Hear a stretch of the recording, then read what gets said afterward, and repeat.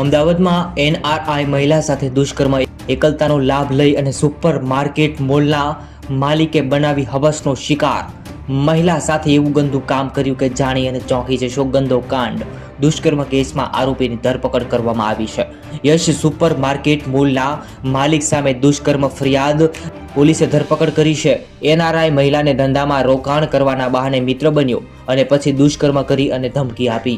Police કસ્ટડીમાં જોવા મળતા આરોપી જયેશ શુક્લા, જેને એક એનઆરઆઈ મહિલાએ રોકાણના બહાને વિશ્વાસમાં લીધી, હાલમાં દુષ્કર્મ આચર્યું. થલતેજમાં અન્ય સુપર માર્કેટ મોલના માલિક જયેશ શુક્લા છે. એનઆરઆઈ મહિલાએ મોલના માલિક જયેશ શુક્લા વિરુદ્ધ ફરિયાદ પણ નોંધાવી છે. આ મહિલા ઘરે એકલા હતા ત્યારે ડોક્યુમેન્ટની માંગણી કરી.